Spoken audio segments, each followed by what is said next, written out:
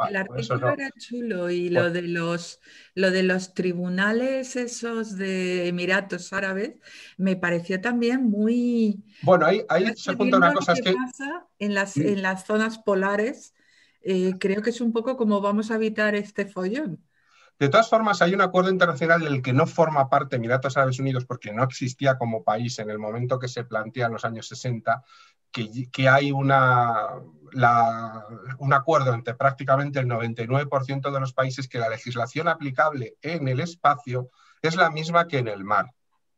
¿De Mm. acuerdo? Es decir, la legislación aplicable es exactamente la misma. ¿De acuerdo?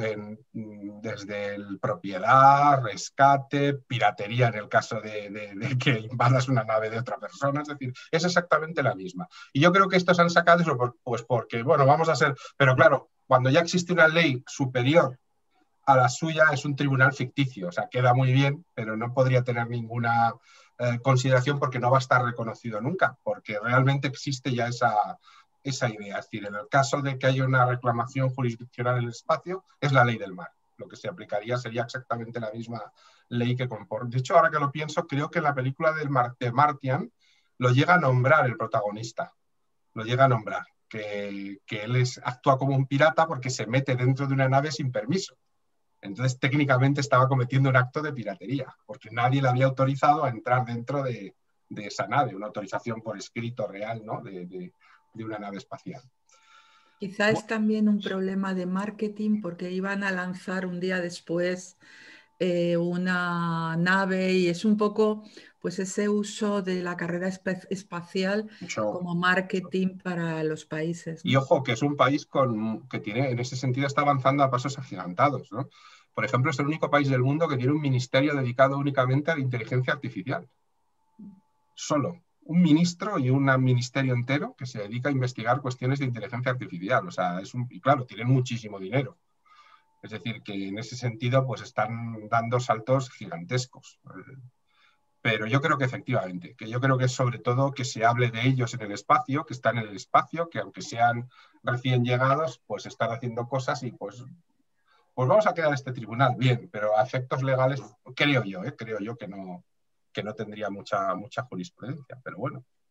Posiblemente en el futuro sí que habrá reclamaciones territoriales, no tanto en los planetas que no se pueden reclamar, pero sí, por ejemplo, en los asteroides. ¿De acuerdo? Es decir, por ejemplo, yo llevo un asteroide que tiene minerales interesantes para hacer minería, ¿no? Y lo reclamo como propio. Como no están cubiertos por la parte legislativa de los planetas, que no pueden ser reclamados por ningún país, son algo así como la Antártida. ¿De acuerdo? Puedes poner una base y tu base en ese planeta sí es territorio de tu país, pero en ningún momento puedes reclamar el planeta como propio. Sería un poco esa es la idea. Bueno, pues si os parece, vamos a viajar al mundo cuántico, que yo creo que para empezar, como suele ser últimamente, estoy abusando un poco del amigo Santaolalla, pues vamos a escucharle en un vídeo muy pequeño a hablar un poco de este tema, ¿nos parece? Y después ya empezamos con mi parte. O sea que voy a compartir pantalla. Vamos a ver. Compartir sonido.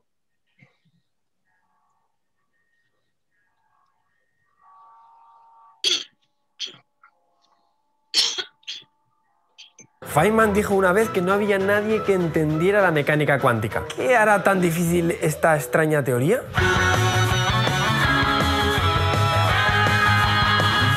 Aunque hace más de un siglo que se trabaja con esta teoría y su descripción se completó hace más de 50 años, sigue habiendo muchas sombras en la teoría cuántica, muy en particular en su interpretación. Y es que la teoría cuántica está llena de contradicciones. Quizás la mayor de todas es que sus propios padres, entre los que se encontraban científicos como Einstein, Planck o Schrödinger, renegaban de su propia creación. La veían como una aberración. Schrödinger, de hecho, una vez declaró que se arrepentía de tener algo que ver con ella. ¿Qué es la mecánica cuántica y qué la hace tan difícil? ¿Por qué es una teoría tan querida por unos y tan odiada por otros? Aunque los primeros conceptos cuánticos vienen de trabajos de Planck y Einstein sobre la radiación, es en estudios posteriores sobre el átomo donde esta teoría toma su forma. A poco de que Rutherford diera a conocer su modelo atómico, con el núcleo con carga positiva y los electrones orbitando alrededor de él con carga negativa, los físicos daban saltos de alegría. Los átomos parecían sistemas planetarios en miniatura, con los protones en el centro como el Sol y los electrones girando como si fueran planetas. De hecho, las fuerzas eléctrica y gravitatoria son sospechosamente parecidas. Esto era una noticia genial porque ya estaba el trabajo hecho, solo había que copiarlo, digo, adaptarlo. Sin embargo, esto no parecía funcionar bien. Los electrones al girar emiten luz, perdiendo energía. Esto haría que cayeran sobre los protones, destrozando los átomos. Parecía más bien que las reglas en los átomos eran muy distintas a las de los sistemas planetarios. Parece que el mundo a la escala atómica, el microscópico, es muy diferente del mundo a nuestra escala, el mundo macroscópico. Les presento las rarezas y peculiaridades del mundo cuántico.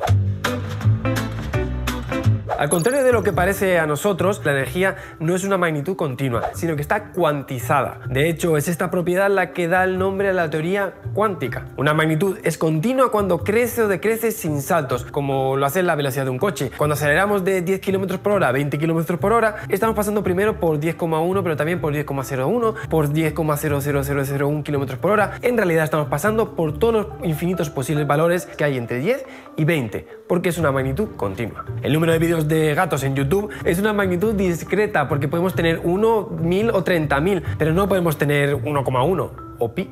El número de vídeos da saltos de una unidad a otra, pues la teoría cuántica establece que, al contrario de lo que parece, la energía es discreta. Se produce a saltos, en paquetes discretos de energía que llamamos cuantos. Agárrate bien fuerte porque viene la primera locura de la mecánica cuántica. Hasta su llegada, los fenómenos de la naturaleza se podían describir como causados por partículas u ondas. Una partícula es como una bola pequeña de materia. Una onda es una agitación periódica y no puntual que se propaga por el espacio. Un electrón es una partícula. La luz es una onda, hasta la llegada de la mecánica cuántica. Según la teoría cuántica, las partículas de materia como el electrón son partículas y son ondas. Sí, como lo oyen, son las dos cosas a la vez. Es la dualidad onda-partícula. La luz es también una onda, el rayo de luz, y una partícula, el fotón. Cuando los medimos veremos propiedades de un tipo o de otro, dependiendo del experimento que hagamos. Vamos, lo que ya te dije, una auténtica locura.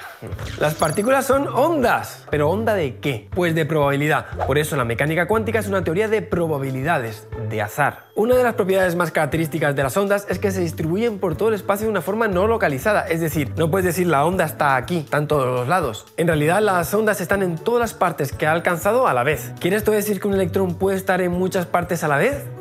Pues sí. Experimentos como el de la doble rendija lo demuestran. Tú lanzas un electrón contra dos rendijas y tras ellas miras por cuál ha pasado. La respuesta inequívoca, y lo siento si te estalla el cerebro, es que está pasando por las dos rendijas a la vez. Y no solo con la posición. Esto ocurre con cualquier propiedad, como por ejemplo el spin. Si las partículas tuvieran colores, podrían ser a la vez rojas, verdes, azules y hasta turquesas. Solo cuando las mides por un proceso totalmente desconocido, la partícula, de forma aleatoria, aparece en un estado entre los posibles. ¿Aún no te ha estallado la cabeza? Pues seguimos.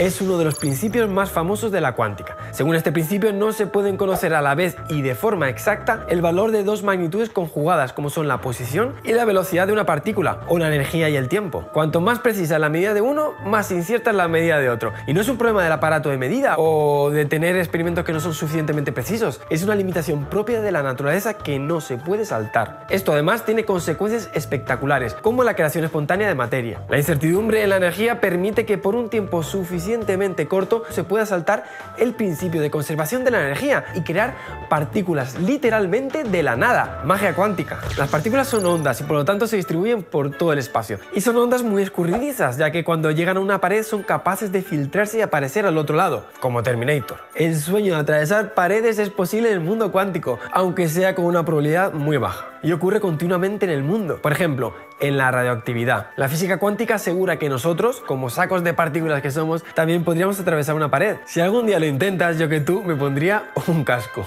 Por si acaso. Como las partículas pueden estar en varios estados a la vez y pueden ser interdependientes, se pueden hacer cosas muy chulas como el entrelazamiento. En cuántica, una partícula puede ser con 50% de probabilidad roja y 50% de probabilidad azul, y solo será uno u otro cuando alguien la mida. Y lo más divertido es que se podría conseguir una segunda partícula que esté conectada con esta, de modo que sea azul si la otra es roja, y si esta es roja la otra sale azul. Cuando separamos estas dos partículas ocurre algo absolutamente increíble. Aunque no estén en contacto, si al observar la primera partícula sale roja, roja, inmediatamente la segunda se pone azul. Si sale azul se pone roja, inmediatamente y sin ningún tipo de contacto. Esto podría tener interesantes aplicaciones, como en criptografía, computación cuántica y teletransporte. Si el mundo cuántico nos resulta tan extraño es porque nuestros propios sentidos no lo perciben. Nuestra experiencia, nuestro sentido común no está adaptado a este mundo. Nuestro cerebro evolutivo no ha necesitado de la cuántica para sobrevivir. Pero todo es cuántica, somos cuántica, la teoría científica a día de hoy comprobada con mayor grado de precisión. Y es una teoría abierta y motivo de muchos conflictos porque su interpretación no está clara. ¿Por qué cambia el estado de una partícula cuando se mide? ¿Existe la realidad cuando no es observada? ¿Es la probabilidad un efecto de la ramificación de la realidad en múltiples universos? Estas paradojas e incógnitas han dado lugar a la mayor batalla científica de todos los tiempos. Bueno. Ay, madre, el spin. Bueno, pues esto es para introducirnos en 6 minutos 50 segundos y asustarnos todavía un poquito más. Vamos a hablar de todo lo que ha dicho, porque vamos a hablar de todo lo que ha nombrado en esas partes, lo vamos a ir viendo y vamos a tratar de darle un contexto histórico y de explicarlo un poco. Por cierto, el spin lo podemos entender como el giro de una partícula, ¿de acuerdo? Aunque no es exactamente eso, el giro sobre sí misma, como si la partícula rotara, y puede rotar en un sentido o en otro, ¿vale? Tiene que ver con el magnetismo de la partícula, pero para que lo entendáis, podéis entenderlo de esa manera, ¿de acuerdo? Spin 1 o menos 1 en función de que gire en un sentido o que gire en otro. No os volváis locos con conceptos porque los números cuánticos, que es lo que define una partícula, son 4 números, y cada uno tiene una determinada característica. Pero esas partes más matemáticas no nos vamos a parar. Pero por si acaso querías saber lo que era el spin, como puedes ver, pues tampoco es una cosa... Dentro de lo que son los números cuánticos puede ser hasta el más fácil de... Yo entendía que el spin era como una característica propia de cada electrón. No. Y o sea, una cosa bastante importante. Con el electrón, que solamente podía ser una cosa u otra. Una cosa bastante importante es que no penséis que el electrón únicamente tiene el electrón propiedades cuánticas. Esto no tiene lógica, es decir, todas las partículas atómicas tienen propiedades cuánticas. De hecho, el que sea un electrón, un protón o un neutrón viene definido por esas propiedades cuánticas. Esos 4 números indican el tipo de partícula, las características que tiene, ya que el spin, número cuántico, etcétera, etcétera, que tiene un electrón no es el mismo que un protón o de un neutrón o de otros componentes como neutrinos, etcétera, etcétera. ¿De acuerdo? Vamos a hablar muchísimo de electrones, por supuesto, vamos a hablar mucho de los electrones, porque dentro de las partículas son las más interesantes en el sentido de que son las que tienen las características del campo electromagnético y de la luz, con lo cual son muy importantes. Pero todas las partículas subatómicas tienen por tanto, características cuánticas. Voy a compartir una presentación que he preparado. Voy a ver si está... voy a configurar la presentación en ventana, perdonad, que queda mejor así y es más fácil de utilizar. Y bueno, pues vamos a empezar con la mecánica cuántica, ¿de acuerdo? Vamos a intentar definirla, lo primero, ¿de acuerdo? Es una rama de la física que estudia la naturaleza a escalas pequeñas, ¿de acuerdo? Es decir, que lo que vamos a ver aquí se aplica únicamente a lo más pequeño, a nivel atómico y subatómico, y la interacción que tienen estos átomos y partículas subatómicas con la radiación electromagnética. Es decir, la mecánica cuántica, en principio, no tiene influencia de manera directa con el mundo macroscópico, con las personas, las cosas, los planetas, la silla que estáis sentados, la mesa que tenéis delante, el ordenador, no tiene relación. Pero los componentes de esa silla, de esa mesa, de ese ordenador, de nosotros mismos, como también son átomos y partículas subatómicas, también obedecen a las leyes que vamos a ver aquí de la mecánica cuántica. La idea básica del nombre de mecánica cuántica es que la energía no se libera de forma continua, como nos explicaba el físico en su vídeo, sino en pequeños paquetes llamados cuantos. Es decir, de alguna manera la energía es como si solo se pudiera liberar en determinados números, como si yo al contar la energía dijera, vale, en el 1 se libera energía, pero en el 2 y el 3 no, luego en el 4. sí se libera. En el 5 y el 6 y en el 7 no, pero en el 8 sí se libera. Es decir, no hay una linealidad en la emisión de energía. Y esto vale para cualquier elemento que emita energía, porque al fin y al cabo está compuesto de átomos también. Quizá la forma también, una cuestión bastante importante que tenemos que tener claro es que la mecánica clásica explica un poco el comportamiento de la materia a gran escala y la mecánica cuántica explica el comportamiento de la materia a una escala más pequeña. ¿De acuerdo? Hoy vamos a centrarnos en esa parte más pequeña, pero no olvidemos que de manera indirecta va a influir en la mecánica clásica. Bueno, esta foto, como podéis ver, es una foto de grandísimos genios. ¿De acuerdo? Aquí es difícil no reconocer a alguien. Hay una mujer, seguro que la habéis visto ya. Una genia. ¿Sabéis quién es? Sí. ¿Quién Curie. es? Es Marie Curie. Marie Curie. La excepción a La regla. pero es que aquí está Einstein, bueno, es que están todos. Está Schrödinger, está Bohr, está Heisenberg. ¿Y dónde está Einstein? Que no lo veo. Es el primero En en el el centro. centro. En el centro. ¡Ah, joder! Estoy mirando los lados. Que Vamos. no bebas. Creo, Estaba más joven ahí. creo que todos los que están aquí son premios Nobel. Todos. Es decir, estamos hablando de quizá la reunión más importante de la historia de la física en 1927 y sin duda el momento en el que la mecánica cuántica queda establecida como la herramienta principal para entender las partículas subatómicas. Aunque curiosamente, como también decía Javier, los propios creadores de la teoría no les gustaba. Perdón. No les gustaba porque había un elemento probabilístico, es decir, al contrario de la mecánica clásica, no podían conocer exactamente todas las funcionalidades de la mecánica cuántica. Había una parte que era casi aleatoria y eso no les gustaba absolutamente a los físicos. ¿De dónde surge todo esto? Bueno, básicamente surge de dos sitios.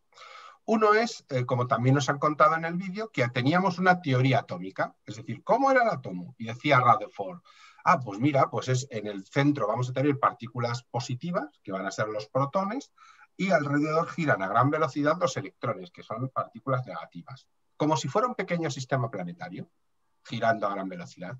Y la razón por la que no se caen los electrones atraídos por la diferencia de carga es que giran a gran velocidad y su energía cinética, por tanto, compensa la atracción gravitatoria, su fuerza centrífuga, perdón. Igual que pasa con un satélite que orbita la Tierra, ¿no? Esto ya lo hemos hablado alguna vez. Pero claro, aquí había un pequeño defecto. ¿Cuál era ese defecto? Que sabíamos que los electrones al girar, pues sabemos, y ya se sabía entonces, pierden energía, y la pierden muy rápidamente. Y al perder energía, rápidamente iban a acabar cayendo en el núcleo y el átomo se desintegraría, con lo cual la materia no podría existir. Rutherford estaba equivocado y su modelo atómico era insostenible. Había algo que no se entendía que provocaba que los átomos pudieran existir. Y eso quiere decir que toda la materia del universo conocemos, en ese momento se conocía cómo interactuaba, pero aparentemente no podía existir. Daros cuenta de la situación que se encuentra la física. Y otra parte era, este es el dibujo de la derecha, se corresponde un poco con la teoría de Rutherford. Y por otro lado aquí tenemos lo que llamaban el efecto fotoeléctrico, que luego veremos tranquilamente, que se trata de que cuando determinados metales son expuestos a luz o a energía, ellos también comienzan a emitir energía. Pero claro, lo lógico es que aumentaran indefinidamente su nivel de energía, según fueran recibiendo más y más energía. Y sin embargo, los estudios indicaban que al principio aumentaba rápidamente la temperatura y la energía emitida, y luego, a pesar de que seguían recibiendo energía, poco a poco la iban perdiendo. Este extraño efecto no eran capaces de explicarlo con la física clásica. Quedaros con estas dos ideas: el átomo de Rutherford y el efecto fotoeléctrico. Eran solo dos cosas, pero dos cosas que la física clásica no podía explicar. Y sobre todo en el caso del átomo era muy importante, porque lo que estábamos viendo es que según la física clásica no podría existir el universo, porque no se sostenía que esos átomos pudieran existir, durarían minutos, nada más. Y sin embargo sabemos que de alguna manera sí que existe. Vamos a ver dónde se sitúa la mecánica cuántica dentro de las teorías físicas. Aquí vais a ver una cosa un poco rara, perdón, que es el cubo de teorías físicas de Bronstein, Zelmanov, Okun. Vale. Aquí están situadas todas las teorías más importantes de la física y con sus posibles salidas para unificarlas todas. ¿De acuerdo? La mecánica cuántica estaría situada aquí. Es decir, es una revisión de la mecánica clásica, pero que se tiene en cuenta el efecto cuántico, que es esta especie de símbolo que es una letra griega. ¿De acuerdo? Y que podría estar relacionadas con cuestiones de gravitación cuántica, de las famosas cuerdas o supercuerdas, o las teorías de gran unificación, etcétera, etcétera. Es decir, que la mecánica cuántica es el trozo que le falta a la mecánica clásica para poder ser explicada de una manera completa. Recordemos un poco la física teórica. En 5 minutos no, en 30 segundos. A ver si somos capaces en 30 segundos de recordar. ¿Os acordáis de las 4 fuerzas fundamentales? La nuclear fuerte, la nuclear débil. Los físicos a veces decimos color a la nuclear fuerte y sabor a la nuclear débil, ¿vale? La fuerza electromagnética y la fuerza gravitatoria. Luego hay unas fuerzas residuales que son fundamentalmente químicas, como la saturación y las fuerzas de enlace, las fuerzas de valencia y de enlace, ¿de acuerdo? Pero las fuerzas fundamentales son esas 4. Y luego tenemos aquí la estructura interna del átomo. Tenemos los electrones que dan vueltas en la corteza, que sería la parte amarilla, por aquí, esto es un electrón con su E negativo, y en el núcleo vamos a encontrar los protones, que son de color naranja, y los neutrones, que no tienen color, son de color grisáceo, ¿de acuerdo? Dentro vamos a ver que por ejemplo, un protón está compuesto de 3 quarks tipo U, 2 tipo U y 1 tipo D. Mientras que un neutrón, bueno, esto es up y down, arriba, 2 arriba y 1 abajo. Mientras que un neutrón es 2 abajo y 1 arriba. Los dos se componen de 3 quarks, pero son diferentes la composición. Eso es más o menos la física teórica que necesitáis saber. Las 4 fuerzas fundamentales, la estructura del átomo y, si queréis, los quarks que componen las partículas. ¿De acuerdo? ¿El color y el sabor por qué viene? Por una broma. Por una broma de Richard Feynman, básicamente por eso. Cuando los quarks fueron demostrados, Feynman, que era un cachondo, yo os invito a que veáis vídeos en YouTube de él, porque era un auténtico cachondo de Richard Feynman, veréis enseguida cómo pues empezó a ponerle nombres a prácticamente todos, ¿no? Y llamaba a los quarks, incluso por sabor y color, encantador, agradable, o sea, era muy bromista y a los físicos les hizo gracia y se ha quedado así. Bueno, buena regulación mnemotécnicas también, ¿no? Sí, ¿no? Porque como encaja con las letras que se corresponden, pues para eso era bastante sencillo. Ay, me ha entrado tos. Muy bien. Pues con estas ideas, básicamente se puede entender los principios de la mecánica cuántica. Uy. Bueno, pues vamos con su desarrollo histórico, ¿de acuerdo? ¿Cómo estaba la física a finales del siglo XIX, principios del siglo XX? Bueno, pues ya sabéis, hemos hablado muchas veces de Newton, hemos hablado también, pues por ejemplo, que el electromagnetismo ya había sido desarrollado por Maxwell y sus sucesores. No hemos hablado, pero aquí ya pues Laplace habló del determinismo clásico, es decir, la física en ese momento creía que lo podía explicar todo. Decía, ya está, ya lo hemos explicado todo, y aquí os cuento la anécdota de Laplace, que le dice a Napoleón, le presenta su libro Tratado de Mecánica Celeste, y Napoleón le dice, habéis escrito un libro sobre el sistema del universo sin haber mencionado ni una sola vez a Dios. Y el autor, pues Laplace contestó, Sire, no he necesitado esa hipótesis. O sea, él decía, ya lo puedo explicar todo, no necesito la idea de Dios para nada. También había aparecido la termodinámica, fijaros, ¿por qué en el siglo XIX la industria del vapor aparece de repente?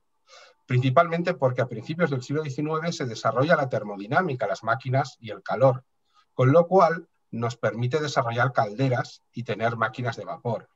Los experimentos de Watt para hacer los primeros, creo recordar, y aquí si alguno lo sabe mejor que yo, corregidme, quiero recordar que fueron, ¿cómo se dice?, ¿cómo se llaman lo que hacen, lo que se usa en industria textil?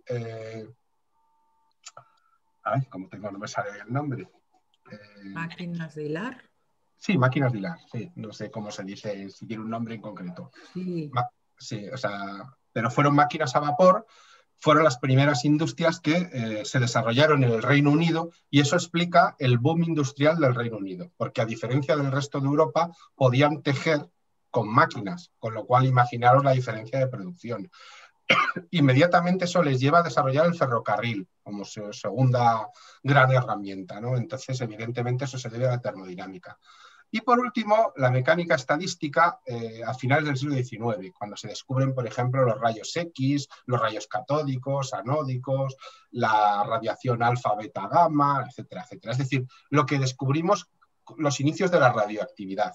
Esto lo debemos a Maxwell y a Boltzmann y finalmente al matrimonio Curie, ¿no? Que fueron sus matematizadores, no sus descubridores. Ojo, ya se conocía la radioactividad anteriormente. El matrimonio Curie lo que hace es conseguir matematizar la radioactividad. Desgraciadamente, no se dieron cuenta de que se estaban matando mientras lo hacían, sobre todo él. Esto le lleva al propio Lord Kelvin, William Thomson, Lord Kelvin, el de los grados Kelvin, que es este señor, por cierto, que en física ya no queda nada nuevo por descubrir, porque todo lo que resta por hacer son mediciones cada vez más precisas, y lo vamos a saber todos. Pero claro, resulta que no era así. ¿De acuerdo? Bueno, aquí hay un resumen: la mecánica, la termodinámica, el electromagnetismo. Aquí tenéis a Newton, a Clausius con la termodinámica, a Maxwell con el electromagnetismo. Pero de repente surge la crisis esta de la física clásica. Esta es una diapositiva que he incorporado, que utilizo yo en clase, por cierto, es una de bachillerato, pero que me hace gracia porque vamos a hablar de todo esto. Vamos a hablar de Max Planck, que es el que desarrolla la idea de los cuantos de energía. Vamos a hablar de Albert Einstein con su efecto fotoeléctrico y vamos a hablar, por supuesto, de Broglie, Heisenberg, Rödinger y otros con la mecánica cuántica tal como la conocemos. Fijaros si es importante que Einstein gana el premio Nobel por el efecto fotoeléctrico, por explicar el efecto fotoeléctrico, no por la teoría de relatividad. Su primer premio Nobel es por la explicación del efecto fotoeléctrico. Einstein tiene 2. Bueno, lo primero que vamos a ver es qué dijo Planck. Planck afirma que la radiación electromagnética se emite y se absorbe solo en cuantos o paquetes de energía, no de manera continua. Eso es la palabra cuanto. ¿De acuerdo? Un cuanto es un paquete, un pequeño paquete. ¿De acuerdo? Y la energía se emite de esa manera. Es decir, voy a dejar de compartir un momento. La energía no se está emitiendo de manera lineal. Por ejemplo, cuando encendéis una bombilla, los átomos que componen, por ejemplo, si es un LED, el gas que hay dentro, ¿de acuerdo?, emiten radiación y calor. Nosotros aparentemente lo entendemos como algo continuo, pero en realidad no es así. Están emitiendo de una manera como por pequeños paquetes. Es decir, como si estuvieran dando golpes de pa, pa, pa, pa, pa, pa. ¿Qué sucede? Claro, hay millones de átomos haciéndolo. Entonces, unos se superponen a otros y evidentemente no tenemos, cuando hay tantísimos átomos en conjunción, no tenemos constancia de que se estén produciendo esos paquetes porque se emiten miles de millones de paquetes o de trillones de paquetes constantemente, ¿de acuerdo? Pero no penséis que la energía es algo lineal. La energía se emite en forma de cuantos. Esto es lo primero que debemos entender. De ahí viene el nombre de mecánica cuántica. Por eso le llamamos, porque la energía se emite en forma de cuantos o, si preferís, como dicen algunos, en forma de paquetes, ¿no? Que también lo podemos definir. Santiago, eso es un poco lo que pasa cuando quieres hacer una foto a una pantalla del ordenador, que cuando empiezas a ver ahí algo que era homogéneo, etcétera, de repente estás viendo que eso no tiene nada que ver. No es lo mismo, pero nos sirve como analogía. En el caso que tú citas, se debe a que el refresco de la pantalla, es decir, las veces que se llena por segundo, suele estar entre 50 a 100. Y las cámaras de ahora son capaces de fotografiar en milésimas de segundo. Con lo cual puede pillar un momento en que la pantalla no se ha rellenado del todo y entonces por eso la ves con esas rayas o con esa sensación de que parpadea. ¿De acuerdo? Pero sería igual, nos vale como analogía. También funcionaría así el mundo. Es decir, cuando se emite energía, se hace en forma de cuantos. ¿De acuerdo? Por cierto, telares. Me acabo de acordar. Eso es, telares. Es que estoy muy mal ya a estas horas del viernes. Bueno. ¿Qué es lo que afirma este señor Planck? Dice que cada cuanto de energía, letra E, cada cuanto de energía, depende de un número entero, una constante, ¿de acuerdo? Y la frecuencia con la que se emite esa energía. Esa constante es 6,67 por 10 a la menos 34 julios por segundo. Esta constante es una constante universal. En todo el universo, la constante cuántica es esta. ¿De acuerdo? Por tanto, la energía depende de la frecuencia con la que se emite. Ojo, porque esto es muy importante. Vamos a intentar recordar lo que es frecuencia, ¿vale? Y para eso vamos a ir a una onda, lógicamente. Voy a parar un momento de compartir, que lo vamos a entender bastante mejor. Pensad que la frecuencia es el número de veces que se repite una cosa por segundo en física. ¿De acuerdo? Puede ser el sonido, por ejemplo, que mide en hercios, o la luz, lo que queramos, ¿de acuerdo? Entonces, lo que está diciendo es que cuantas más veces se repite por segundo la onda, más energética es. Muchísimo más energética es. Eso, por ejemplo, explica vuestro microondas. ¿Por qué calienta la leche? Porque emite microondas, ondas muy pequeñas que se repiten muchas veces. Eso es muy energético, tiene mucha energía y calienta, por ejemplo. También explica el radar, que también funciona con microondas. ¿De acuerdo? Pero también explica por qué la radio no calienta y nos produce freírnos el cerebro, o los teléfonos móviles, porque son una onda muy larga y, por tanto, muy poco energética. Por eso, los pseudocientíficos del 5G y del 4G y todo esto, cuando os expliquen estas cosas, pues le podéis decir, léete a Planck un poco y entenderás que un teléfono móvil que funciona con ondas de radio y que por tanto son unas ondas enormes, no son apenas... De hecho, nuestro cuerpo emite más energía que la onda de la radio, para que os deis cuenta. ¿De acuerdo? O sea, que no tiene ningún peligro en la radio, ni la televisión, ni los teléfonos móviles, que utilizan todos frecuencias, por tanto, longitudes de onda muy largas y por lo tanto frecuencias muy bajas. ¿De acuerdo? Ojo. Otra cosa es que te pusieras pegado un teléfono aquí. Eso no sería bueno, fundamentalmente, porque tienes una batería que tiene un campo magnético. Eso es otra cosa. Evidentemente no llevamos el teléfono móvil pegado al cerebro durante todo. Bueno, por la noche no te diría yo, muchas veces. ¿Duermes con él en la mesilla? Ay, no, hay veces que estoy oyendo cualquier cosa. No, pero quiero decir que... Me quedo dormida y ahí se queda. Pues usa cascos.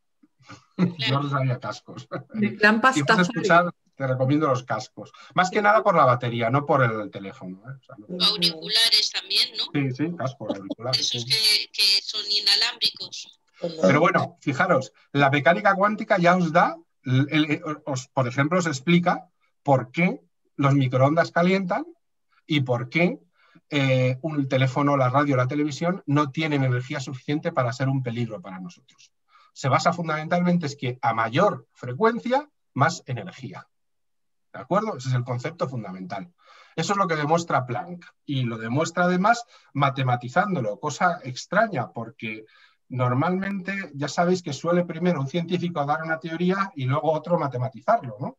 En este caso el mismo, que ganó el premio Nobel en 1918, este señor con pinta de sacerdote protestante de una aldea británica del norte de Sussex, no sé por qué, pero yo cuando le veo pienso inmediatamente en eso, abre la puerta a la mecánica cuántica. Por supuesto no era inglés, era alemán. Digo el por supuesto porque vais a ver que aquí los alemanes predominan, como predominaron en casi todas las ciencias teóricas, desde el siglo XIX hasta bien entrado el siglo XX. Santiago, N, dime. Has dicho N eran los cuantos, ¿no? No, N es un número natural cualquiera. El cuanto es la E. El cuanto, la E se mide en energía, en julio. Claro, en julio. Esa es la E, energía. El cuanto es la cantidad de energía que tiene el cuanto, depende de la constante H y de la frecuencia. Y luego, para saber dónde se va a emitir, lo vas multiplicando por números enteros. Por 1, por 2, por 3, no por decimales. Solo puede haber cuantos enteros. ¿De acuerdo? Es un número entero. ¿De acuerdo? Sí. Bueno, Bueno, esto lo voy a saltar, luego volveré a él. Y luego Santiago, perdona, lo de cuerpo negro, no sé si lo explicaste antes de que yo me conectara. No vamos a hablar ahora de la radiación de cuerpo negro, del efecto fotoeléctrico, ¿vale? El tema del efecto fotoeléctrico fue la segunda parte que vino después de este tema, porque inmediatamente que Planck desarrolla esta idea, aparece uno de esos misterios que os decía al principio, el efecto fotoeléctrico. Eso que la física clásica no podía explicar. Lo que sucedía es que la radiación electromagnética, por ejemplo, la luz puede arrancar electrones de la superficie de algunos metales. ¿Qué elemento se os ocurre que pueda pasar? Que podáis haber visto en algún momento en vuestra vida. Que cuando la da la luz, arranca electrones de esa superficie. Sílex. Bueno, yo decía sílex, pero es piedra. Bueno, sí es piedra y no es el caso. Eso es por fricción. Sí. Sería por golpearlo. Pues el hierro. Pues no sé, el diamante. No. No es un metal técnicamente, es carbono cristalizado. El hierro, ¿no? Pero también es por fricción. Sí que tiene efecto fotoeléctrico, pero es pequeño. Hay uno muy evidente. El níquel. Me refiero al... No penséis tanto... ¿Cómo? Lo que metían en las radios antiguas. No penséis en el material que lo compone, sino en la cosa. ¿Qué cosa podría ser? Hombre, el wolframio en las bombillas emite electrones, pero es por otro efecto. Es por excitación eléctrica. Da mucha resistencia a los electrones que lo atraviesan y se pone incandescente. Efectivamente podría ser, pero en este caso no es por efecto fotoeléctrico. Es decir, algo que porque le dé la luz produce electricidad. Os voy a dar esa pista. Las paneles solares. Claro, fotoeléctrico, fotovoltaico, los paneles solares. El ejemplo más evidente del efecto fotoeléctrico son los paneles solares. Es decir, la mecánica cuántica nos explica también por qué funcionan los paneles solares. O sea, fijaros cómo vamos entendiendo cosas que nos rodean. ¿Qué sucede? He entendido un metal. Bueno, están hechos de un compuesto de silicio con metal. Por eso digo, es silicio, ¿no? Sí, básica, pero tiene que estar compuestos metálicos. Pero a efectos de tabla periódica, el silicio se puede considerar como un metal también, ¿eh? También tiene enlaza como metal en algunas sales. Bueno, lo que sabemos es que cuando la luz tiene mucha frecuencia, arranca electrones. Cuando la luz baja de frecuencia, pues no lo hace por mucha intensidad que tenga. Es decir, perdón, si yo ilumino con una bombilla el panel solar, por mucha fuerza que tenga la bombilla, como la luz de una bombilla tiene muy poca frecuencia comparada con la del sol, no voy a conseguir mucha energía del panel solar. Aunque le ponga un bombillón gigantesco. Pero si le dejo al sol, como el sol, la luz del sol, llega con una frecuencia altísima, vaya que si arranca electrones. Por eso, una placa solar funciona mejor frente a la luz del sol que porque le pongas delante un montón de bombillas intentando con eso que genere electricidad. Sería muy tonto, ¿no? Para que una placa solar funcione, ponerle bombillas que tienes que... Claro, pero ¿no se te ha ocurrido nunca pensar que con otro tipo de iluminación, ¿por qué la luz de la luna no activa las placas entonces? Hombre, porque la luna no es la luz de la luna, ¿no? Es la luz del sol. Claro. ¿Y por qué no la activa? Mucho más atenuada. ¿Pero por qué? ¿Qué es lo que estaba atenuado? Es que generalizar, claro. Los porqués hay que explicarlos. Claro. Y estos señores dijeron que era la frecuencia. Lo que cambiaba, efectivamente, como tú dices, lo atenuaba, era que llegaba con muy poca frecuencia. Entonces, el problema que tenían es que entonces decían, vale, pero entonces la luz no es una onda, porque no puede explicar este fenómeno. ¿De acuerdo? Entonces había como una contradicción. Aparentemente había una contradicción. Entonces, Einstein lo explicó de otra manera. Dijo, bueno, el efecto fotoeléctrico pues consiste, como hemos dicho, en la emisión de electrones por un material metálico cuando se ilumina con radiación electromagnética. Y fue descubierto por Heinrich Hertz en 1887. ¿Qué dice Einstein? Einstein pensó que, como dice Planck, cada paquete de energía que emite ese metal se comporta como una pequeña partícula de luz a la que llamó fotón. Fotón. El fotón. ¿De acuerdo? Él dedujo que cada fotón debía tener una energía proporcional a la frecuencia de la luz, como decía Max Planck, es decir, E igual a la constante universal por la frecuencia. Por lo tanto, la luz debe tener una frecuencia suficientemente alta para superar la fuerza que mantiene unidos a los electrones en el metal. Y dijo, pues entonces, si la frecuencia de los fotones es mayor que los de los electrones, no serán emitidos, sino que cogerán, no solo serán emitidos, sino que además serán emitidos a gran velocidad. Y esto fue como Einstein logró explicar hoy en día cómo funcionan las placas fotovoltaicas. Es decir, él en 1905 ya anticipó, ¿de acuerdo?, que utilizaríamos este tipo de metales para generar electricidad. Si leéis su libro de explicación del efecto fotoeléctrico, en 1905 él dice ya, esto a largo plazo y con el desarrollo de nuevos metales será un método de obtención de energía eléctrica. 1905. Otra prueba más de que no era de este planeta. Es decir, él ya se dio cuenta, ¿vale? Pues si podemos, él decía, utiliza la palabra excitar. Me gustaba mucho poner la palabra. Si yo excito, que queda un poco raro ahora cuando lo escuchamos, si yo excito el metal con la suficiente frecuencia, voy a obtener electrones que pueden ser utilizados para carga eléctrica. ¿De acuerdo? Es decir, que gracias a Planck, con su mecánica cuántica, con sus cuantos, pudo explicar el efecto fotoeléctrico. Y fijaros, ya hemos hablado de nuestros microondas, de nuestros teléfonos móviles, del radar, que funciona también, incluso de las comunicaciones por alta impedancia de radio y televisión. Y ahora también, incluso, pues por ejemplo, en el tema de las placas fotovoltaicas. Es decir, que conforme íbamos explicando estas pequeñas cosas que no entendíamos, íbamos encontrando nuevas puertas para la física. Venga, preguntas hasta ahora. Que os digo muy callados. Que nos queda mucho. Sin palabras. Nos queda mucho. Primero tengo que asimilarlo todo y una vez que lo tenga claro... Pero fijaros, para que se nos quede un poco así lo importante. Primero, Planck dice que para entender cómo se emite la energía, solo se puede emitir en forma de cuantos, como de paquetes. ¿De acuerdo? Y eso va en función de la frecuencia de la energía. Y luego llega Einstein y dice, vale, ahora ya entiendo el efecto fotoeléctrico. Cuando yo ilumino un metal con la suficiente frecuencia, ese metal empieza a emitir energía en forma de cuantos, como dijo Planck. Y esos cuantos ya no les llama cuantos, ¿no? Porque son electrones. Es decir, les da un nombre porque los electrones cuando se mueven generan luz, las otras partículas no. Es decir, si lo que salen son protones, sería un tubo de rayos catódicos. Las antiguas televisiones, ¿os acordáis? Que tenían un tubo. Entonces, eso por ahí funciona, van protones. Pero el protón como tal no sirve para generar luz. ¿Qué es lo que hacía el protón? Cuando llegaba a la pantalla, iluminaba un punto en la pantalla, utilizando el campo magnético del protón.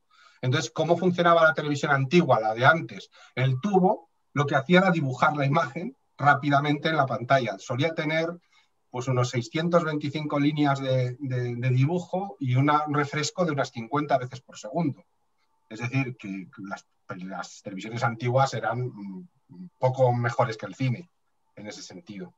Sin embargo, ahora funcionan de otra manera. Tienen mucha más definición, muchos más puntos. Cuando os dicen eso de las televisiones de 2800 por 1400, pues esos son los puntitos que puede definir. Claro, son millones y millones de puntos, no 625 líneas. Pero daros cuenta simplemente que hemos pasado por dos cosas. Planck con sus cuantos y Einstein usando esos cuantos explica el efecto fotoeléctrico. Y con eso han abierto la puerta a mucha tecnología de la que usamos ahora mismo. Solo con dos pasos. Cuando os calentáis la leche por las mañanas en el microondas, cuando miráis las noticias en el teléfono móvil y cuando veis una placa solar que consigue electricidad en algún lado, se debe a Planck y a Einstein. Cuando hablamos de energía, estamos hablando de energía electromagnética solo, ¿no? Porque el concepto de energía es un concepto más amplio, o sea...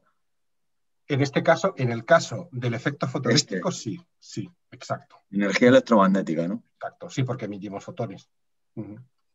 Entonces todo es cuántico, ¿no? Porque toda la radiación que nos viene del espacio tanto de una estrella como de una supernova, como de cualquier cosa.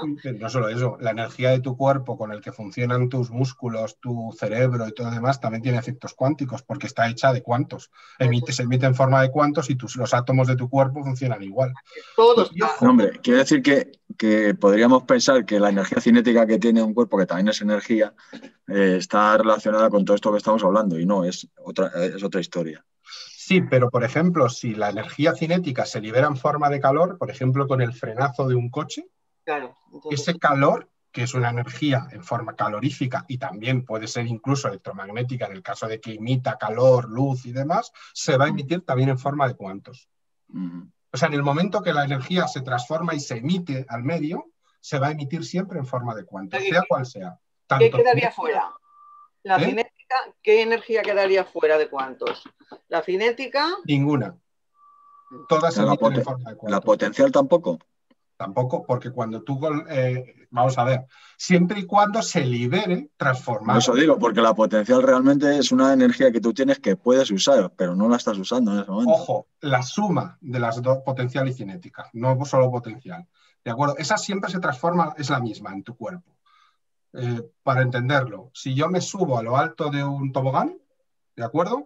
En ese momento tengo energía potencial máxima y energía cinética mínima porque estoy parado. Pero su suma es la misma. Pongamos que son 50, ¿de acuerdo? Si yo me empiezo a tirar, voy ganando energía cinética porque aumento la velocidad y la cojo de la potencial. Eso es. Pero si me meto un regostio al llegar abajo y me abro la cabeza, parte de esa energía se ha liberado en forma del golpe, de calor, de impacto, de todo eso. Y esa se ha liberado en forma de cuantos, ¿de acuerdo? Eso es cuando se liberan los cuantos. Por eso te matas cuando te caes, básicamente. Porque claro, hay gente... Yo recuerdo un alumno mío que me dijo una vez, dijo, pero según tú explicas la potencialidad cinética, si yo me tiro desde el piso 60 de un rascacielos, pues vale, pues mi energía se transforma en cinética y llego al suelo y ¿qué? Y llego bien, ¿no? Porque no ha pasado nada. Digo, el problema es que cuando llegas al suelo, toda la energía cinética acumulada se libera en forma de calor, ¿no? De impacto y de todo lo demás. Y quedas hecho una pasa aplastada en el suelo, ¿no? O sea, ese es no, porque se liberaron los cuantos, ¿no? Sí, pero también se liberan los trozos del cuerpo en el que se transforma. Por Dios, qué imagen. Se me ha quedado. Bueno. Pues esto es lo que Einstein, como os digo, explica. Bueno, esto luego posteriormente quedó demostrado por unos experimentos muy fáciles. Resultó que cuando se hacía pasar luz a través de una cosa que se llama placas colimadoras, es decir, las placas colimadoras son como unos filtros, luego veremos en qué consisten. Al descomponerse la luz, se veía que había zonas en las cuales no se iluminaba, los llamados espectros de emisión, y zonas que sí, que era donde los cuantos de energía se activaban. Y cuando el espectro era de absorción, es decir, que en vez de ser atravesado por un filtro, era atravesado por otro tipo de filtro que absorbía determinadas frecuencias, aparecían entonces lugares en los cuales no se producían cuantos de ningún tipo. Un experimento bastante sencillo. Aquí tenemos, por ejemplo, en el hidrógeno. ¿De acuerdo? En el caso de la emisión de hidrógeno, solo emite cuantos en estos puntitos de color. El resto de la emisión no emite absolutamente nada. ¿De acuerdo? Esto se llaman las series de Balmer, precisamente aquí. De hecho, Balmer lo detectó en 1885 usando el espectro, mucho antes de la mecánica cuántica, y descubrió que obedecía a esta fórmula, pero no sabía explicar por qué era. Decía, no entiendo qué está pasando. Tuvo que llegar la mecánica cuántica para decirle, no, mire, es que solo se emite luz en estas determinadas frecuencias. Cuando luz me refiero a energía, perdón, solo se emite energía en estas determinadas frecuencias, usando la teoría de Planck. Estos son más datos, utilizando la fórmula y los diferentes tipos de luz en función del número por el que se multiplica. Es que, perdona, es que no sé si me estoy perdiendo, seguramente. Hablar del hidrógeno, ¿qué pasa? Que hacen hacen un ejemplo lanzando hidrógeno. Le hacen atravesar luz. Atraviesan luz, una masa de hidrógeno, claro, exacto. Y con eso hacen la luz atravesar un prisma, un cristal prisma, y la descomponen como el arco iris. Y al descomponerlo, aparecen zonas en las que no hay iluminación. Esas zonas es porque en esa zona no se puede emitir porque no hay cuantos de energía. Sí, es como tú lo dices. Se utilizó el hidrógeno porque recordad que es el elemento más sencillo de todos. Solo tiene un protón, un electrón y un neutrón, y a veces ni siquiera tiene el neutrón. Es decir, es el uno. Es el más fácil de todos. No hay nada que explique por qué hay esos lugares donde no hay cuantos ¿Cómo? de energía. ¿Cómo? Que no hay nada que explique por qué hay esas zonas donde no hay cuantos de energía. Porque no emite. Ya, Solo se emite en la fórmula de Planck, multiplicando por números enteros. Entonces, en la zona que no multiplica por un número entero, no emite. Es simplemente la fórmula. Es muy fácil de entenderlo. Recordad lo que os dijo Javier Santaolalla. Cuando tú pasas de 10 a 20, pasas por el 10,1, 10,2, 10,3, 11, 12, 13, 10, 13,4. Pero en los sistemas discretos, como es la mecánica cuántica, no es así. Es como 10, 13, 14, 17, 19, 20. Solo hay algunos válidos, como si los demás no existieran. Es como los vídeos de gatitos de YouTube, efectivamente. Un día hay 300 y otro día hay 300.000. No hay una distribución lógica, ¿de acuerdo? O sea, se debe básicamente a eso. O sea, eso, en realidad, el concepto matemático lo tenemos muy, muy claro. Luego la cosa se completa. Vale, hemos explicado lo de los cuantos, hemos explicado lo del efecto fotoeléctrico, que tiene que ver, luego lo ampliaré con la radiación de cuerpo negro. Pero, Elena, que antes me lo has preguntado, la radiación de cuerpo negro es un caso particular del efecto fotoeléctrico. ¿Vale? Sería el caso de un cuerpo que fuera capaz de absorber toda la energía que exista, que le llegue, perdón. Ojo, eso no existe. Es un cuerpo ideal. Negro.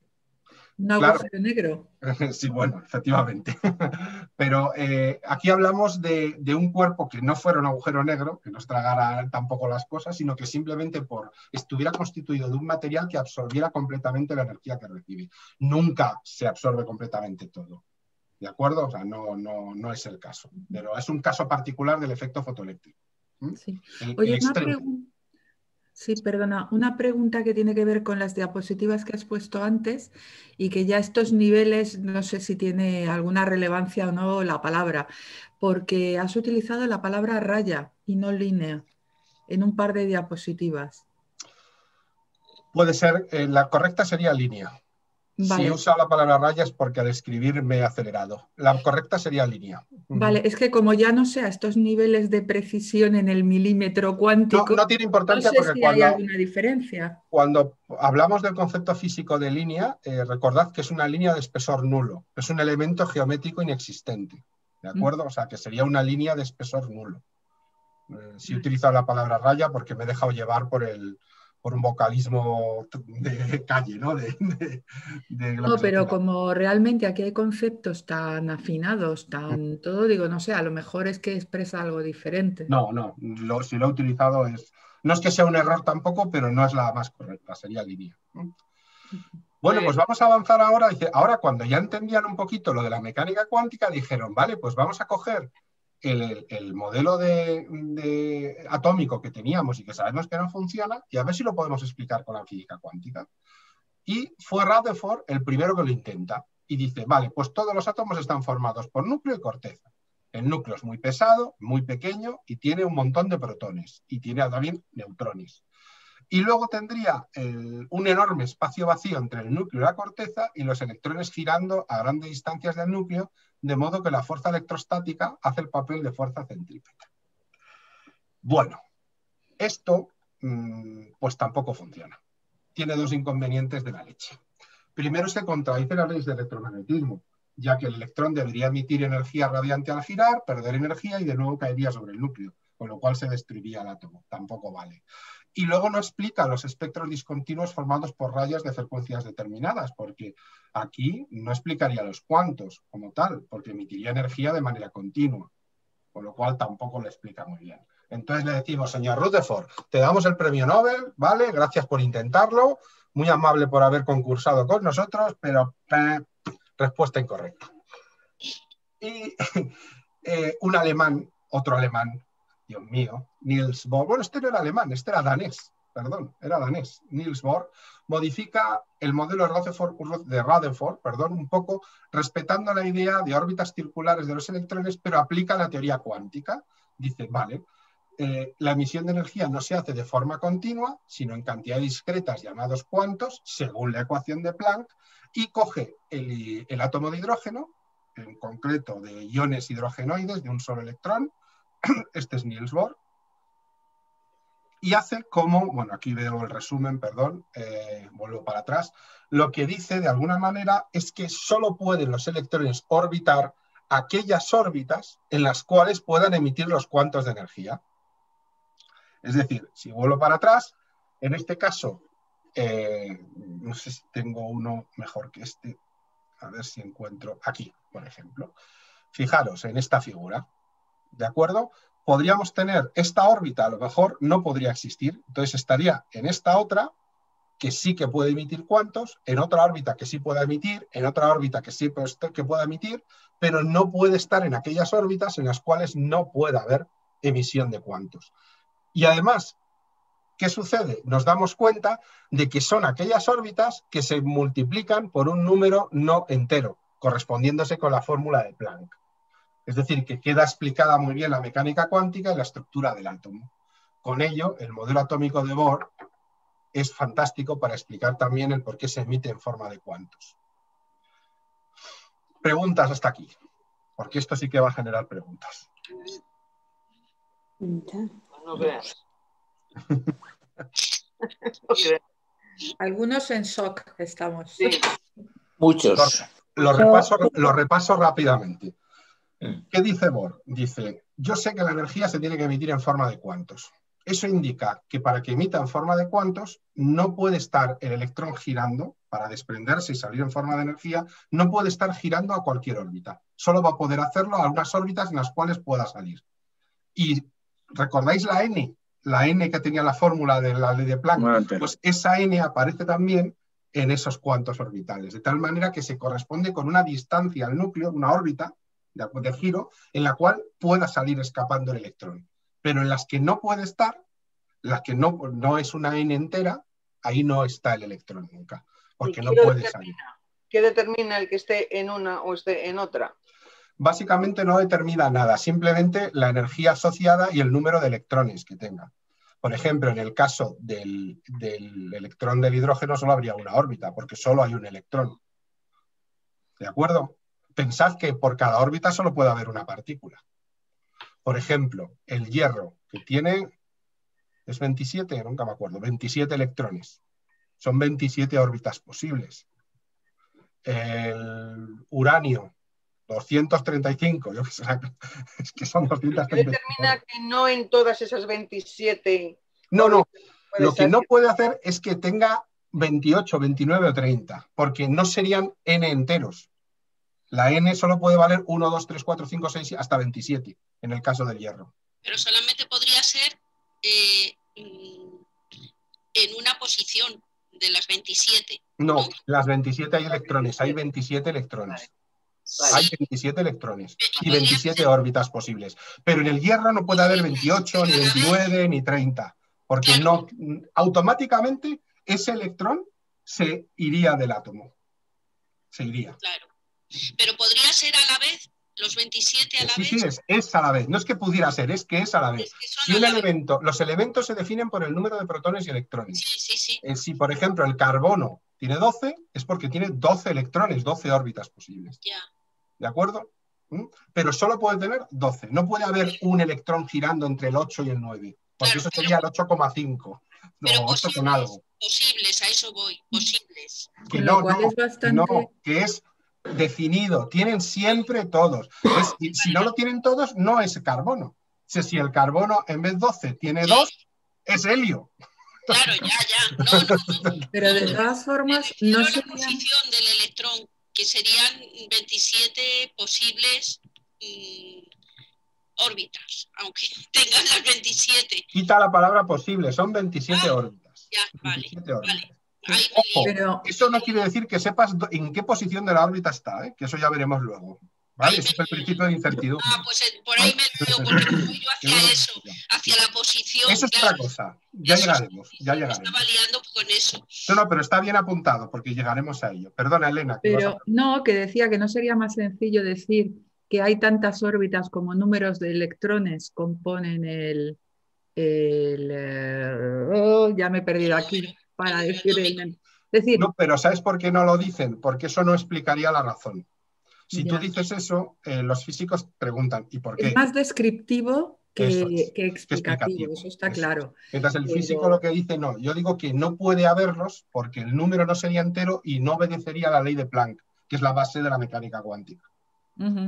Por eso... Pero es un poco retorcido explicarlo así, ¿eh? Sí, hay que decirlo. sí, para entenderlo, sí, desde luego. Los átomos son como son, es decir, que la existencia de todo el universo se debe a una ley como es la mecánica cuántica que te dice exactamente en qué lugares y cuántos átomos pueden haber. Perdón, cuántas partículas, cuántos electrones puede haber en la última capa y definir el propio átomo. Fijaros que no nos hemos salido de la ley de Planck. Todo lo que estamos usando es al final la fórmula de Planck, en el efecto fotoeléctrico y en la estructura del átomo de Bohr. Siempre estamos recurriendo al final a Planck. Pero ¿qué papel juegan los protones y los neutrones? Son el núcleo. Sí, lo único que pueden definir es, por el lado de los protones, tiene que ser el mismo número que electrones tenga, porque si no el átomo estaría cargado eléctricamente y se descompondría, sería un ión. Claro. ¿De acuerdo? Entonces, si tienes 27 electrones, tienes que tener obligatoriamente 27 protones para que la suma de partículas positivas y negativas sea... Y luego los neutrones son isótopos. Es decir, el número de neutrones te dice los diferentes isótopos de una misma partícula. Todos hemos oído hablar del carbono 12, del carbono 14, ¿de acuerdo? El carbono 14, esto que se usa en la medición de estructuras antiguas y demás. Eso quiere decir que tiene una serie de neutrones, que los neutrones son neutros, no dan carga. En el caso del hidrógeno se entiende muy bien, hay 3 isótopos, el protio, el deuterio y el tritio. Protio, protos, 1, tiene un protón. Deuterio, 2, tiene un protón y un neutrón, 2 partículas en el núcleo. Por eso es deuterio de 2. Tritio, 3, tiene un protón, pero 2 neutrones. Pero si te fijas, como siempre tiene un electrón, solo puede tener un protón para que sea estable. Pero puede tener neutrones los que quiera. Lógicamente, si tiene más de 2 neutrones, existe cierto peligro de una descomposición cuántica, que es otra cosa distinta, y que se produzca una reacción atómica y se convierta en otra partícula, normalmente en helio, si hay más hidrógeno alrededor. Pero eso es otra cosa distinta que no tiene que ver con lo de hoy. Entonces, la función de los neutrones es generar isótopos. Otro ejemplo, el uranio 235 es un isótopo del uranio que es radioactivo. Sin embargo, hay isótopos de uranio con menos neutrones que no son radioactivos o tienen mucha menos radioactividad. ¿De acuerdo? Luego, protones equilibran a los electrones para tener carga neutra y los neutrones favorecen la presencia de diferentes isótopos.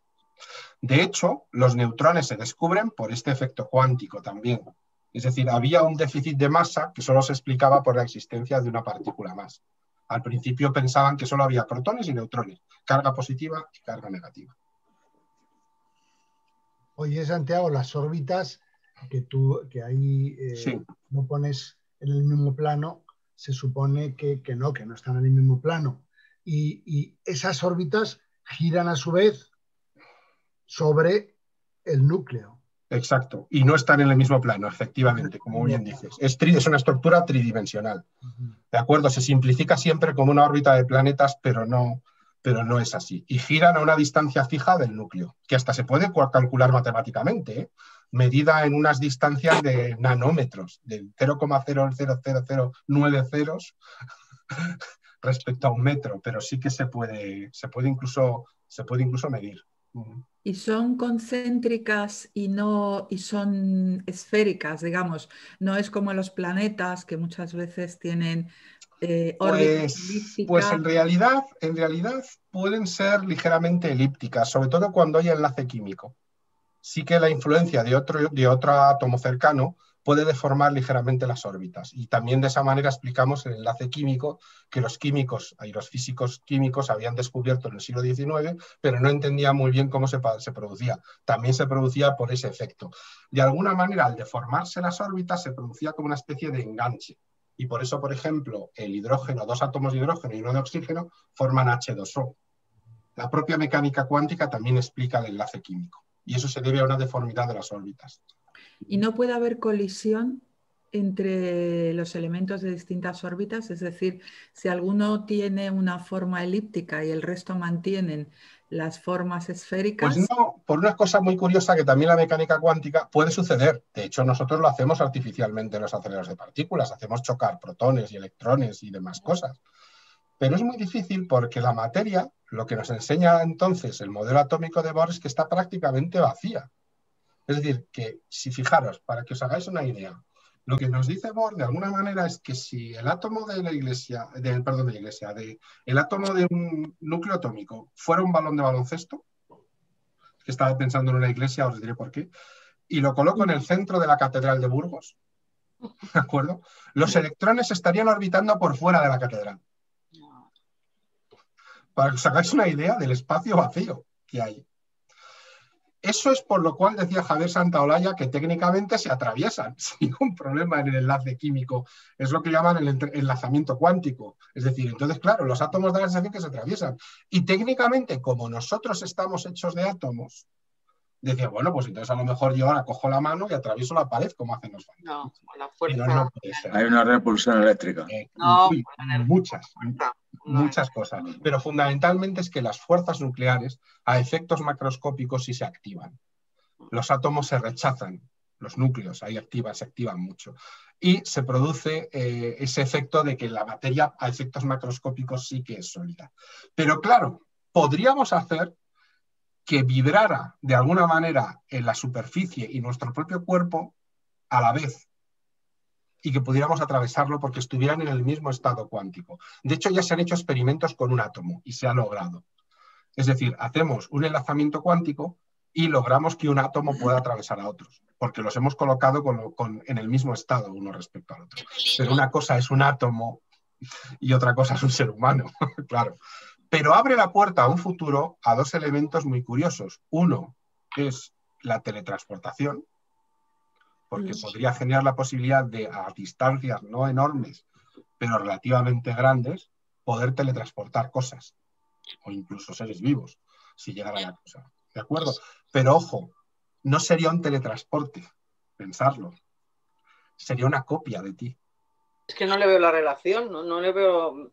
Vale, vamos a verlo. El entrelazamiento cuántico quiere decir que si yo genero una copia de todos tus átomos, digamos, a un grupo de átomos, les doy todos los números cuánticos de tu cuerpo, que componen tu cuerpo, de los trillones de átomos que lo comprueban, genero una copia idéntica de ti, evidentemente. Sí. Pero es una copia. No tiene tus recuerdos, tu cerebro, eso no lo puedo transmitir, por lo menos de momento. Entonces existirían los dos, ¿no? No, porque no pueden existir 2 grupos de átomos con el mismo estado cuántico. Es decir, automáticamente uno de los 2 sería eliminado. Pero si tú generas otro en otro sitio, ¿cómo hace que el primero desaparezca? Exacto, pierde su consistencia atómica y lo hemos hecho ya, ¿eh? Hemos generado un átomo con el mismo número cuántico que otro en un laboratorio, si uno está en Chicago y otro en Florida, y automáticamente han cambiado de características uno cuando ha aparecido el otro. No quiere decir cómo hace que el primero desaparezca, porque claro. No desaparece, sino que cambian de número atómico sus átomos y automáticamente, en el caso de que fuera, por ejemplo, un cuerpo, se desintegraría porque no tendría la misma agrupación cuántica que tenía los átomos previos. ¿Y cambia cuál es? ¿La copia? No, cambia el original. El original. Y entonces la copia no es las mismas características del original, con lo cual no se podría recuperar nunca más. No estoy hablando de los recuerdos de una persona, ni de la memoria, ni de nada. Simplemente estaríamos hablando de una copia estructural, ¿de acuerdo? Claro, claro. Con lo cual no va a servir nunca para trasladar seres vivos, pero puede ser útil para trasladar cosas. Me explico. Oye, envíame un desfibrilador porque tengo aquí un tío que se me está muriendo. Como se lo vendamos a Amazon, ya verás. No, hombre, y claro, como son cosas que no pasa nada, porque son cosas, pues te la es como una fotocopia, como una fotocopia real del objeto y que funciona inmediatamente. Una fotocopia como una impresora 3D que lo tiene que imprimir en horas. Una fotocopia destructiva del original. Y destruye el original, sí. Pero te digo, no es el concepto... Santiago, esto es Internet. Es decir, en Internet la información se divide, se fragmenta en pequeños paquetes que viajan por distintos lugares y que se reconstruyen en un punto determinado siguiendo una estructura, unas pautas, ¿no? Es decir, claro. Es que me recuerda muchísimo a Internet lo que estamos diciendo. Pero es que fíjate, la otra gran posibilidad que tiene este entrelazamiento cuántico es el tema de los propios ordenadores. Comentaba Beatriz, y con acierto, ¿no?, el tema de los bits, de los unos y ceros, ¿de acuerdo? El entrelazamiento cuántico puede lograr una cosa sorprendente, que es que nuestros ordenadores más modernos puedan tener estados cuánticos y por lo tanto ser un 1, un 0 o las dos cosas a la vez. ¿Qué es lo que sucede? Esto lo quería explicar un poquito más adelante, pero no sé si me va a dar tiempo hoy porque estamos ya cerca de las 7 y lo que viene es un poco denso. Pero no os preocupéis que lo vamos a ver porque merece la pena que lo veáis. Pero si yo me conformo con que hoy os quedéis con este concepto que fue para los físicos el descubrimiento del cuanto y de la ecuación de Max Planck, esa energía igual a h por la frecuencia, que la energía que se emite en forma de cuantos está en función de la frecuencia, no de la intensidad, sino de la frecuencia. Fijaros si no está en forma de frecuencia que las placas fotovoltaicas, aunque sea un día nublado y aparentemente la luz del sol llega con poca intensidad, las placas funcionan y generan electricidad. ¿La misma que cuando hay un sol radiante? No es la misma. No. Pero siempre es superior a la que tú generarías poniéndole una lámpara delante, porque es mucho más, tiene mucha más frecuencia la luz del sol que la luz artificial. ¿De acuerdo? O sea, es sorprendente. Fundamentalmente se debe a la luz ultravioleta. ¿De acuerdo? Ahí se debe a la ultravioleta, que es la que tiene la frecuencia más alta. Ultravioleta, más allá del violeta. ¿De acuerdo? Es más alta y esa sí que nos afecta. Yo cuando... Esto es un paréntesis de broma. Cuando vuelvo a toda esta gente del 5G y los chips de la vacuna, que siempre dicen que nos van a cambiar el ADN. Yo siempre digo de broma, cuando tomas el sol, te está cambiando el ADN. Y hay una modificación del ADN. ¿Qué te crees? ¿Que cuando te sale una mancha te pones moreno? ¿Qué crees que es eso? Es que es una modificación del ADN. Lo que les va a cambiar el ADN es como no se pongan la vacuna, pero se lo van a cambiar ya permanente, porque como cogen la enfermedad, ahí se quedan. Pero fijaros un poco que con estas bases de la mecánica cuántica, simplemente con estos conceptos y el efecto fotoeléctrico y el modelo atómico, mucha de la tecnología moderna es entendible porque no se podría haber desarrollado sin la mecánica cuántica. Entonces, la mecánica cuántica es la más complicada de las mecánicas, pero la que más incide en nuestras vidas en los aspectos de tecnología. Los ordenadores, las comunicaciones, muchos de los dispositivos de los que usamos, los elementos de radiación que utilizamos en medicina. Es innumerable todo lo que se basa en conceptos de mecánica cuántica. Claro, pero es interesantísimo porque un poco lo que tú dices, en un hospital necesitan una cosa que lo tienen en otro y lo necesitan ya. Y pues se lo bueno, pasa. Pero para esto te garantizo que estamos a siglos de poder hacerlo. A siglos. No parece claro, muy inmediato. De momento hemos logrado pequeños entrelazamientos de un átomo y a una distancia, bueno, vale, pero de un átomo, ¿eh? Claro. O sea, es inviable, inimaginable. O sea, la energía que necesitaríamos para que fueran 3 átomos no la logran ni todos los aceleradores del planeta juntos. Bueno, es un principio. Pero es un principio. Átomo, es un claro. principio. Más fácil una impresión 3D, ¿no? Mucho más, ahora mismo Claro. mucho más. Que te mandan las instrucciones, las recibes y eso es. creas algo. No matas al original ni al mensajero. Bueno, pero lo que pasa es que si tú estás mandando, por ejemplo, un respirador y les llega el respirador y funciona, pues el original. Pero eso es inviable. De verdad que eso es una posibilidad que a lo mejor dentro de siglos tengamos la tecnología para poder hacerlo. O sea, no nos quedemos tampoco la anécdota porque ya digo que, y a lo mejor no lo logramos nunca.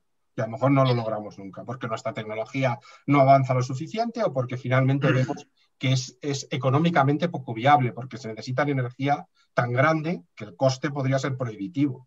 Claro, si yo necesito la energía de medio planeta para transferir un martillo, me es más barato enviar un helicóptero, lo más rápido. Ahora habría que investigar cómo conseguir esa energía sin, vamos, que no fuera tan difícil. Claro, pero la energía es la que se necesita. Es una fórmula E igual a N por H o por mu en este caso y por la frecuencia. Es decir, que es lo que es. O sea, que ahí no nos lo podemos saltar. Y es una fórmula universal. En todo el universo es exactamente la misma. Evidentemente, si tú eres capaz de utilizar un agujero negro como fuente de energía, yo que sé, una tecnología de ese tipo que usara una civilización súper avanzada, pues a lo mejor pueden transmitir cosas entre ellos. Pero al fin y al cabo es una anécdota. Lo que sí veremos son computadores cuánticos porque ya los están construyendo. Los están construyendo. Es la siguiente generación, ¿no? La siguiente generación. Y es un salto brutal, brutal en la tecnología de los ordenadores. Miles de millones de veces más rápidos que los más rápidos que tenemos ahora. Sobre todo en cuanto a velocidad de proceso. Eso sí me gustaría que profundizases un día en ello. Sí, o sea, el enlazamiento cuántico lo tengo en la presentación, la voy a compartir y lo veréis, pero hablaremos de ella porque habrá que dedicar una segunda sesión porque esto me imaginaba que iba a pasar, ¿eh? No penséis que no. Pues que un viernes a estas horas las neuronas no dan para mucho ya. No, pero no por eso. Son golpes bajos. Es un tema que genera hablar mucho y comentar mucho. Ole estos golpes bajos. Yo, vamos, que llegue todos los que tengan que llegar así. No, hay gente que piensa que la mecánica cuántica es una cosa que sí, que es cosa muy rara, pero que no me influye en la vida para nada. Mientras se calienta la leche en el microondas, viendo las noticias en el móvil, utilizando un GPS y habiendo ido al médico a hacer una resonancia magnética nuclear el día antes. Pero la mecánica cuántica no le influye.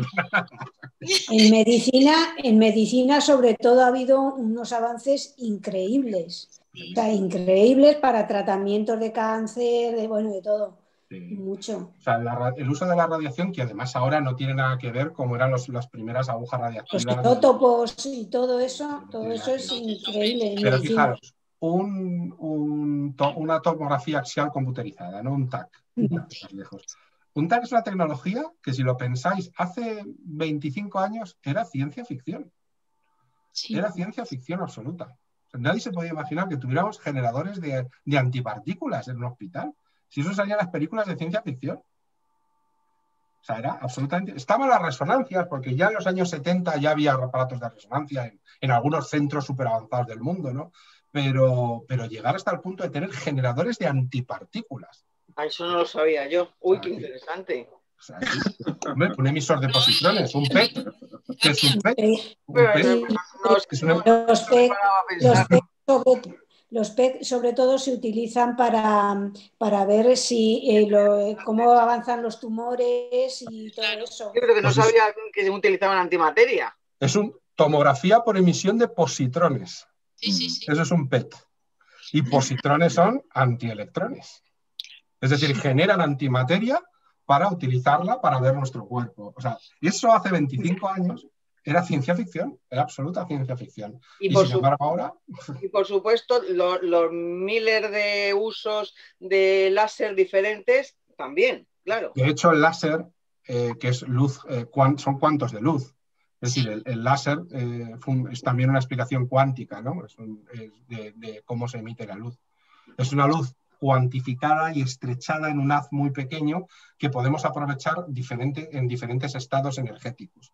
De tal manera que yo puedo cortar una barra de acero con un láser, pero me puedo operar también los ojos y no me van a atravesar la cabeza con un rayo láser. Es decir, fijaros cómo jugando con esa frecuencia, y esa frecuencia hace que los láseres sean de diferentes colores cuando se ven. Esto que en las películas se ve el láser, ya sabéis que es absurdo, los láseres no se ven, salvo que el ambiente esté lleno de polvo y por difracción veamos la luz del haz de láser, pero los láseres son... ¿Se va a robar el banco, dices? ¿No se ven? Nada. Y lo que utilizan, eso es una lanzadera térmica, que suele ser otra cosa, pero... No, cuando vas a robar un banco... No, por eso en algunas películas llevan un spray, llevan spray y echan el spray, claro. Un spray, sí. Y eso es una buena muestra de ciencia. Eso es una buena muestra de ciencia. Echan el spray para indicar que con el polvo o el ambiente del spray se ven los rayos, los haces del láser.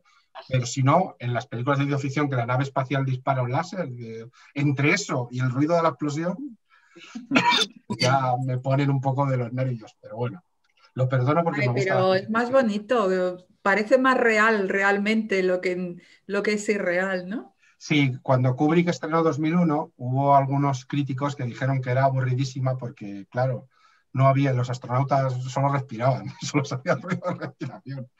Y él dijo, pues vaya usted al espacio a ver qué oye, ¿no? Pero sí, tienes toda la razón, que es mucho más teatral. Oye, la primera película de Star Trek, ¿ya estaban desarrollada la teleplan o no?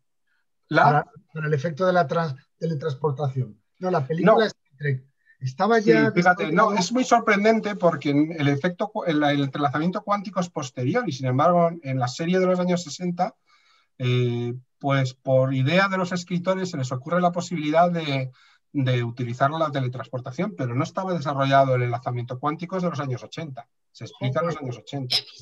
Curiosamente, a raíz de eso, en las series modernas de Star Trek han jugado mucho en algunos capítulos con esa idea de ese efecto. Pues, por ejemplo, ¿qué pasaría si simplemente se modificara un poco y entonces el original permaneciera y que fuera una copia diferente, o sea, del ser, pero a lo mejor es malo, por ejemplo, ¿no? O sea, jugaba mucho con un gemelo malo, se generaba, ¿no? Era un capítulo, no era como... Eso de que se destruya el original es como que no queda bien. Matas, de hecho lo dice en un capítulo de Star Trek, dice, en el fondo lo que está haciendo al teletransportar a una persona es matar a una persona y hacer una copia de la otra, ¿no? Mala, una copia mala. Bueno, no se sabe, depende de lo que pensara el original. Bueno, pero eso no piensa nada, el nuevo no piensa nada, se supone, ¿no? Hay un capítulo de Los Simpson muy gracioso que se generan infinitas copias de Homer. Empiezan a invadir todo el planeta y que se comen todo. Oye, Santiago, yo cuando te oí hablar sobre todo al principio y la definición de la luz como la parte, digamos, discreta, etcétera, es que ha habido un momento que me parecía que estaba escuchando una clase de filosofía y que ahí estaba otra vez Aquiles y la tortuga. Y había toda una serie de cosas que digo, caray, esto, a ver, nos hemos pasado de materia. No, pero en el fondo sí que tiene relación, estoy de acuerdo, porque en matemáticas llamamos distribución continua, distribución discreta, precisamente por el juego con los matemáticos griegos. Es decir, que tenían un concepto de otro tema que no recuerdo cuál es, pero era parecido. Y la distribución continua es la distribución, pues, por ejemplo, de la velocidad en un coche, ¿no? Que tú vas acelerando y es continua, vas pasando por todos los valores posibles. Es como cuando tú subes en ascensor del primero al octavo, ¿de acuerdo? Aunque no tuvieras puertas, necesariamente tienes que pasar por el segundo, tercero, cuarto, etcétera, etcétera, ¿no?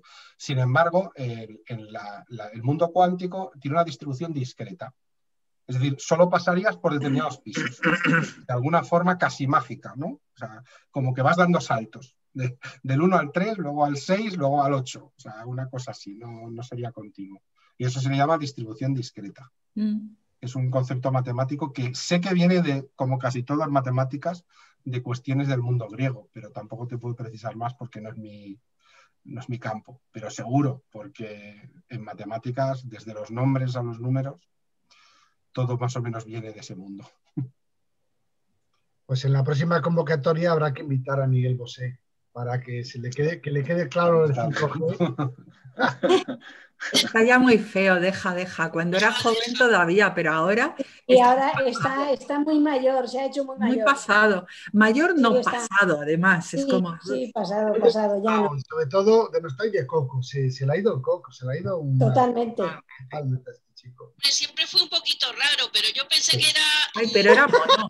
Se planteaba así las actuaciones. Coincido completamente. Muy normal, yo nunca le he visto. Claro, pero debe ser que ya iba con él lo de comerse el coco, porque de la manera... No, ese tío es muy inteligente. Hombre, alguien que su padrino es Picasso.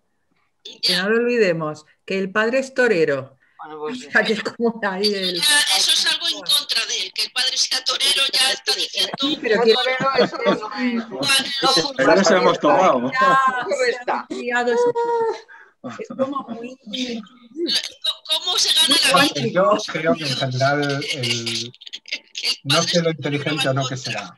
Lo que sí tengo muy claro es que ese tipo de personas que son capaces de llegar a mucha gente, el que hable de cosas tan peligrosas, claro, es lo que realmente es dañino.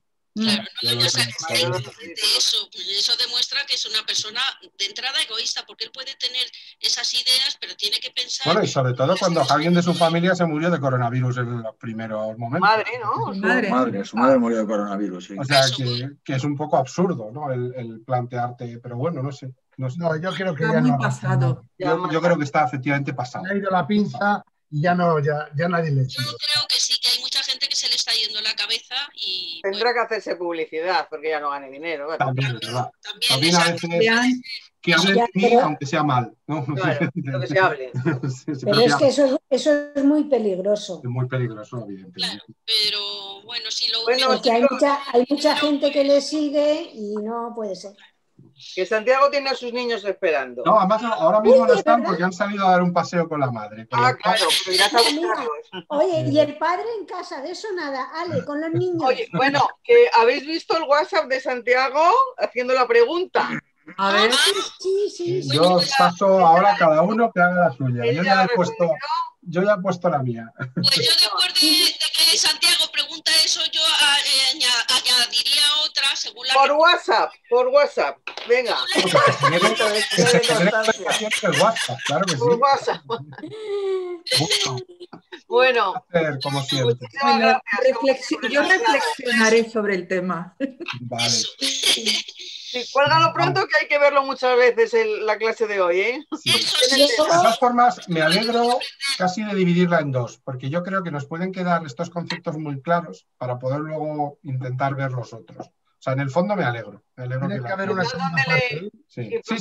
De hecho, os voy a enviar la presentación y veréis que hemos visto la mitad. Hay 52 diapositivas y nos hemos quedado en la 25, más o menos. A ver, es que siendo realista, una diapositiva necesitas como mínimo 1 minuto o 2. A ver, eso es de primero de presentaciones. Sí, totalmente. Y estas son densas, además. Hombre, muchas presentaciones que he añadido es para que veáis las ecuaciones, que ahí os pongo que no... Simplemente es porque veáis cómo las trabajan los físicos, porque es curioso. Ya, pero es que no sé cómo hacen números tan rápido, porque van a una velocidad tremenda. Yo tenía un profesor que cuando le quedaba justa la pizarra seguía por la pared. Las últimas líneas las añadía en la pared. Vamos. Era muy divertido porque hacíamos apuestas de dónde se iba a salir. Claro. Tú tienes que pensar que nuestro nivel en general, porque los hay superdotados aquí en esta clase y muy preparados, o sea, el mío es física para dummies. El mío limitadito. Pues ya estáis pasando a física para alumnos de secundaria. Con esto estáis accediendo a física para alumnos de secundaria ya. Bueno, dentro de poco hacéis bachillerato. Hasta que no se haga examen y se apruebe. Mirad, el día que veamos la segunda parte, intentamos hacer 3 problemas de mecánica cuántica. Vale. Eso sí, para llevarlo a la práctica y entenderlo mejor. O sea, entender un problema de efecto fotoeléctrico, un problema de descomposición radiactiva, por ejemplo, y otro que se me ocurra de los que se pueden poner en un examen en segundo de bachillerato. No en la carrera, en segundo de bachillerato. A ver, algunos hemos hecho letras desde... Yo he hecho bachillerato de 6 años y mi física era mínima. Da igual, que yo he hecho hasta con matemáticas comunes y especiales y no me acuerdo de nada. O sea, yo también, sí, yo tampoco. Yo de las matemáticas... También es verdad que desgraciadamente nos marcan mucho los profesores. Yo creo que... Totalmente, yo estoy totalmente de acuerdo. Tanto los físicos como los matemáticos saben mucho, pero explican fatal. Yo creo que he tenido la suerte de tener muy, muy buenos profesores. O sea, tengo muy buenos recuerdos porque creo que eran buenos. Y cuando he chocado con uno que no me ha convencido, he dicho, madre mía, si este tío me hubiera dado clase muchos años a mí. Hubiera acabado estudiando Derecho, con todos mis respetos a estudiar Derecho. Sí, yo la verdad es que también, yo tuve una profesora de matemáticas genial, era una monja, que era una borde, horrible como persona, pero como profesora yo creo que no he tenido un profesor mejor de ninguna asignatura en toda mi vida. Y yo pasaba de las matemáticas, pero pasaba, estudiaba lo justo para aprobar y ella me despertó el interés y a partir de ahí fui una Cristobalita Gazmoña. llegó un momento que cuando a ella no le salía me decía, hazlo tú mientras en el cuaderno a ver si te da lo mismo que a mí. O sea que llegó a despertar un interés que llegaban mis amigas y decía que estaba castigada, que no podía salir porque me había metido en un berenjenal y quería descubrir qué pasaba si ponía esto y cambiaba lo otro. Y así. Los profesores buenos es lo que tienen. Los profesores buenos es lo que tienen, generan eso. La vida, sí, haciendo matemáticas. Me encanta y me siguen encantando, ¿eh? O sea, es algo que tengo que agradecer. Bueno, os dejo como deberes que contestéis con la pregunta en el WhatsApp, que yo ya he contestado, ¿vale? Tenemos que ver la respuesta que te darían a ti. Santiago, mírate en el vídeo porque tú sí estás atravesando la materia, estás atravesando Santiago cuántico. Bueno, pues como dicen los vulcanos, paz y larga vida. Adiós, Santiago. Hasta el próximo viernes.